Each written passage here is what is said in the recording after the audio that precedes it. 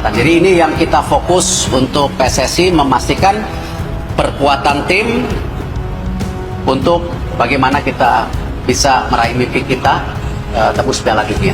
Disahkan FIFA, ini daftar 19 pemain naturalisasi yang diboyong PSSI untuk bela timnas Indonesia sejak era 2022, mayoritas Grade A Eropa.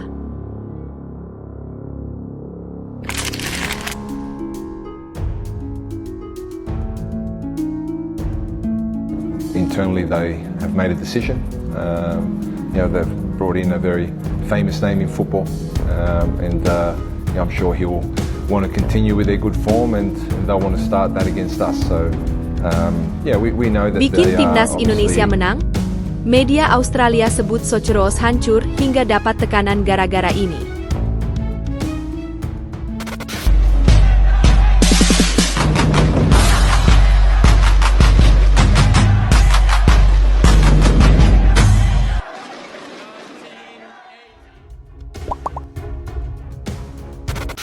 Disahkan FIFA, ini daftar 19 pemain naturalisasi yang diboyong PSSI untuk bela timnas Indonesia sejak era 2022, mayoritas Grade A Eropa. Ketua Umum PSSI, Erick Thohir, secara resmi mengumumkan 3 nama baru yang segera dinaturalisasi untuk bergabung dengan timnas Indonesia. Erick Thohir memastikan ada 3 pemain yang nantinya bakal dinaturalisasi, yaitu Emil Audero, Joey Pelupesi, dan Dean James. Ini artinya, jumlah pemain yang bakal bersandang sebagai warga negara Indonesia, WNI, akan segera bertambah. Total sudah ada 19 pemain yang sebelumnya sudah berhasil dinaturalisasi PSSI untuk membela timnas Indonesia sejak tahun 2022. Gelombang naturalisasi yang mulai dilakukan PSSI ini tak terlepas demi ambisi bisa membawa skuad Garuda tampil di Piala Dunia 2026. Sebagai catatan, 19 pemain naturalisasi ini tidak termasuk Cyrus Margono dan Elkan Bagot yang memilih kembali menjadi WNI. Program naturalisasi sejak era 2022 ini dimulai dengan Jordi Amat dan Sandy Walsh menjadi 2 pemain awal yang diajukan PSSI. Setelah 2 pemain tersebut, nama-nama lainnya secara bergiliran masuk dalam gelombang naturalisasi timnas Indonesia.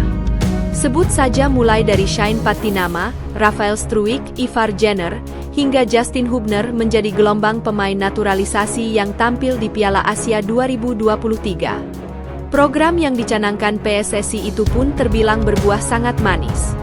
Selain membawa timnas Indonesia tampil di Piala Asia 2023, skuad Garuda juga berhasil lolos ke babak 16 besar. Kemudian, pada putaran kedua kualifikasi Piala Dunia 2026 zona Asia, gelombang pemain naturalisasi terus bertambah, mulai dari Tom Haye, Jai Itzes, Ragnar Oratmangoen, hingga Kelvin Verdong. Pada putaran ketiga kualifikasi Piala Dunia 2026, program naturalisasi timnas Indonesia itu dibuka dengan Martin Paes hingga Kevin Dix yang sudah tampil di ajang tersebut. Kemudian, terbaru ada Ula Romeni yang hanya menunggu momen debutnya saja bersama skuad Garuda saat menghadapi Australia dan Bahrain pada Maret mendatang. Para pemain naturalisasi di atas belum termasuk dengan sejumlah nama yang dinaturalisasi untuk bisa membela timnas Indonesia U20. Tercatat, ada 3 nama yang sudah berhasil dinaturalisasi PSSI untuk membela skuad Garuda Nusantara, yaitu Jens Raven, Tim Gijsens, dan Dion Marks. Berikut daftar 19 pemain naturalisasi yang berhasil diboyong PSSI untuk bisa membela timnas Indonesia sejak tahun 2022. Jordi Amat, Sandy Walsh, Shane Patinama, Rafael Struijk, Ivar Jenner, Justin Hubner, Nathan Choeon, Tom Haye, Jai Itzes, Ragnar Oratmangoen, Kelvin Verdong, Martin Paes, Mads Hilgers, Eliano Reijnders, Kevin Dix, Jens Raven, Ula Romeni, Tim Gijsens, Dion Marks. Bikin timnas Indonesia menang? Media Australia sebut Socheros hancur hingga dapat tekanan gara-gara ini. Media Australia pernah menyebut Socheros hancur hingga mendapat tekanan sebelum melawan timnas Indonesia. Seperti diketahui, Socheroos akan menjamu skuad Garuda pada 20 Maret 2025 di Sydney Football Stadium dalam grup C kualifikasi Piala Dunia 2026 zona Asia. Pada pertemuan leg pertama, Australia ditahan timnas Indonesia 0-0 di Stadion Utama Gelora Bung Karno, SUGBK, Jakarta pada 10 September 2024. Sebelum bertemu skuad Garuda Jilid kedua, Australia yang menjadi salah satu negara terkuat Asia mendapatkan sorotan dari media lokal. Tepatnya setelah Socheroos gagal meraih kemenangan dalam laga terakhirnya saat menghadapi Bahrain pada 19 November 2024 lalu. Saat itu, Australia harus rela ditahan imbang 2-2 oleh Bahrain ketika sang rivalnya yakni timnas Indonesia menang 2-0 atas Arab Saudi. Hasil itu membuat salah satu media Australia, Courier Mail menyoroti Socheroos yang tidak bisa memanfaatkan kesempatan untuk meraih 3 poin. Menurut mereka, tim besutan Tony Popovic itu kurang klinis dalam memaksimalkan peluang untuk mencetak gol dan justru harus kebobolan 2 gol. Atas kekalahan itu, media Australia tersebut mengklaim Socheroos asuhan Tony Popovic hancur dan berada di posisi yang terancam digusur rivalnya. Tim Socheroos hancur berantakan dalam situasi yang membuat kualifikasi Piala Dunia mereka berada di ujung tanduk, bunyi pernyataan media Australia, Courier Mail beberapa waktu lalu dalam artikelnya.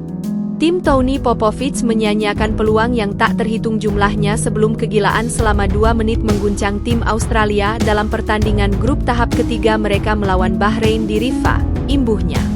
Lebih lanjut, kegagalan Australia memenangkan laga kontra Bahrain membuat Courier Mail mengklaim Socheroos berada dalam tekanan. Hasil imbang 2-2 ini menambah tekanan lagi bagi Socheroos karena mereka mengantongi 7 poin di grup, tulis media Australia itu.